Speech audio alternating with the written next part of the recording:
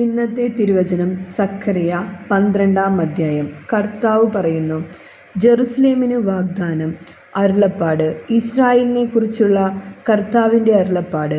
ആകാശത്തെ വിരിക്കുകയും ഭൂമിയെ സ്ഥാപിക്കുകയും മനുഷ്യൻ്റെ പ്രാണനെ അവൻ്റെ ഉള്ളിൽ നിവേശിപ്പിക്കുകയും ചെയ്തത് കർത്താവ് അരുളിച്ചെയ്യുന്നു. ജെറുസലേമിനെയും യൂദയായെയും ആക്രമിക്കാൻ വരുന്ന ചുറ്റുമുള്ള ജനതകൾക്കു ജെറുസലേമിനെ ഞാൻ ഒരു പാനപാത്രമാക്കാൻ പോകുന്നു. അവർ അതിൽ നിന്ന് കുടിച്ച് വേച്ചു വീഴും. അന്ന് ഞാൻ ജെറുസലേമിനെ ഭാരമേറിയ കല്ലാക്കും.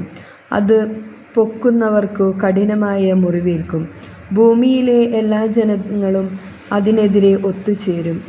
കർത്താവ് അരുളിച്ചെയ്യുന്നു, അന്ന് ഞാൻ കുതിരകൾക്ക് പരിഭ്രാന്തിയും കുതിരപ്പടയാളികൾക്ക് ഭ്രാന്തും വരുത്തും. ജനതകളുടെ കുതിരകളെ ഞാൻ അന്ധമാക്കുന്നു. അന്ന് യൂദാഭവനത്തെ ഞാൻ കടാക്ഷിക്കും. യൂദായുടെ കുലങ്ങൾ പറയും, ജെറുസലേം നിവാസികൾക്കു തങ്ങളുടെ ദൈവമായ സൈന്യങ്ങളുടെ കർത്താവിൽ നിന്ന് ശക്തി ലഭിക്കുന്നു. നമ്മുടെ കർത്താവേ, സ്തുതി.